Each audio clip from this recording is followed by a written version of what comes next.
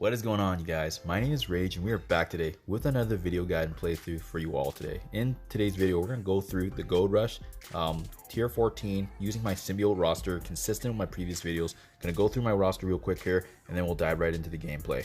Starting off here, I do have Venom at tier 11.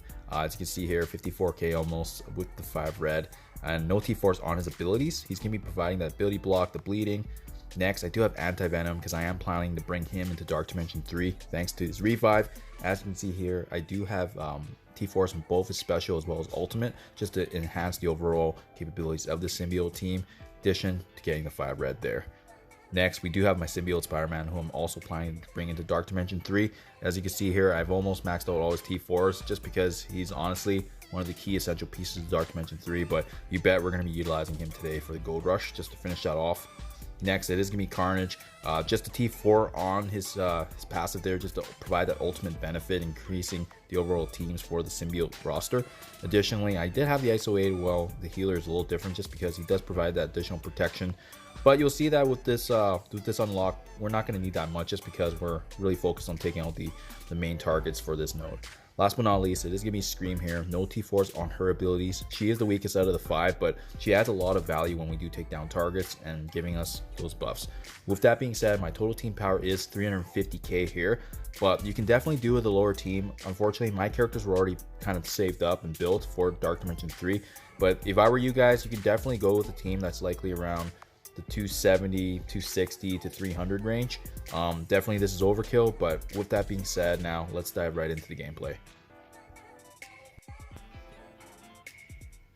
As you can see here, the placement won't likely matter, but this is my roster right now, and like I said earlier, you guys can definitely do it with a lower team. It's more so my team was already built up when I attempted this, so unfortunately not as low as I would have hoped to capture this, but hopefully gives you guys at least a sense of who to attack, how to attack. But fortunately for this last unlock for the Gold Rush, it is focusing on those marked enemies taking down. So you're gonna see at the very beginning here, Ebony Maw and Cyclops are the two that we do want to take down right away.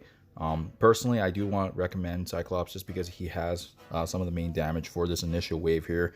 In addition, just keep in mind here that Scientist Supreme also has a revive, in addition to Ebony Maw having synergy with the Chalcidian. So using our symbiote roster here, we do want to target right away Cyclops. And beautiful thing, once again, as you noted, once you start attacking, doing that damage, it's going to start rampaging in terms of the speed meter we get back thanks to Carnage and his abilities. If you can, ability block Cyclops just so that way he doesn't use his abilities. The one thing I do recommend as well, you could also do the same thing to Chalcidian so that way he doesn't have his taunt. Or as well, Ebony Maw if you don't want his defense up to go, but unfortunately, it only does last for this one turn. With that being said here, at this point, you do see my Scream going down, but that's quite alright because that's why we have Anti-Venom. He's going to be bringing the revive. He's going to be bringing our targets back, so ensuring that we get the 3-star at the end. That's why it is crucial to have him if you guys are using a symbiote roster. Fortunately, Anti-Venom only came in the event, so I mean, if you guys don't have him, it's kind of hard to utilize him just because he was an event character. But as you can see, using Symbiote's ultimate there, we do wipe out Cyclops, and now we just have to finish off Ebony Maw, and then that will spawn the next wave. So we're going to go ahead here.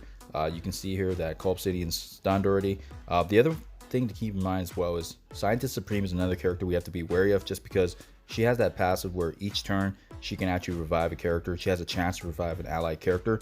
So we do want to be mindful of her, but from the beginning, I do like to target the targeted characters, especially with Ebony Maw having that defense up, offense down, and slow. He's definitely a crucial character we have to take down. Otherwise, the waves just get harder because of his abilities.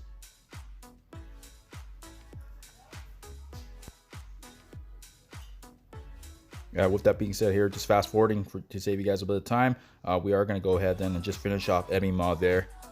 And we'll call City week as well. We'll just go ahead. But as you can see, at that 8 to 9 character mark, it does actually spawn the next wave here. And Falcon being now the next marked character we have to finish off. So I am going to go ahead and utilize Symbiote's roster's speed up from just the fact that these guys are weaker. And we're going to go ahead now and utilize that to stun Falcon to finish him off. Make sure that he doesn't provide that speed up for his team.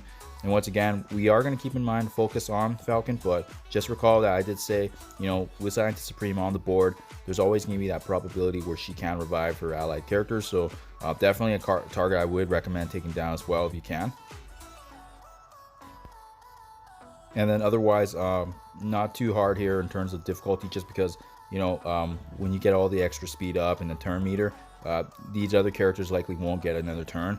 And that's the beautiful thing about this roster, making it quite easy if you have all 5 of these characters.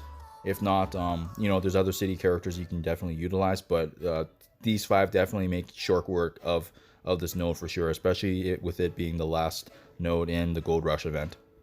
With that being said, taking down Falcon does actually spawn a Psylocke now, as well as another Cyclops, both being marked characters.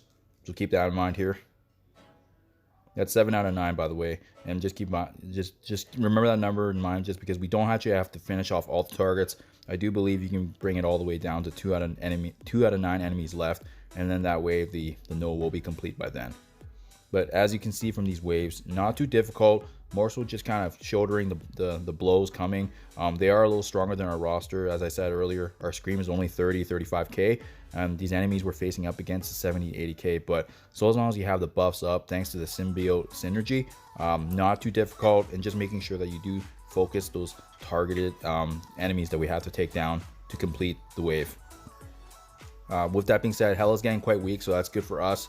The Occult Obsidians do get in the way a little bit, especially when they taunt, but fortunately, like I said, we have so much synergy for the symbiote, especially with their speed up. The fact that we still have that extra cushion with anti-venom being able to revive just really makes quite short work of this last node, despite it being the final node in Gold Rush. And whenever you can, always utilize Symbiote Spider-Man's ultimate stun there, just because he slows everyone down for 2 turns. That's why I got a T forward. In addition, there you guys have it. 2 out of 9 enemies left. So with that being said, that's the final unlock there. Hope this was able to provide insight, just because of the fact that the symbiotes are really such a true recommendation for this. So definitely hope you guys can leverage this and utilize this as insight. As always, thank you for watching and supporting the channel, and I'll see you in the next one.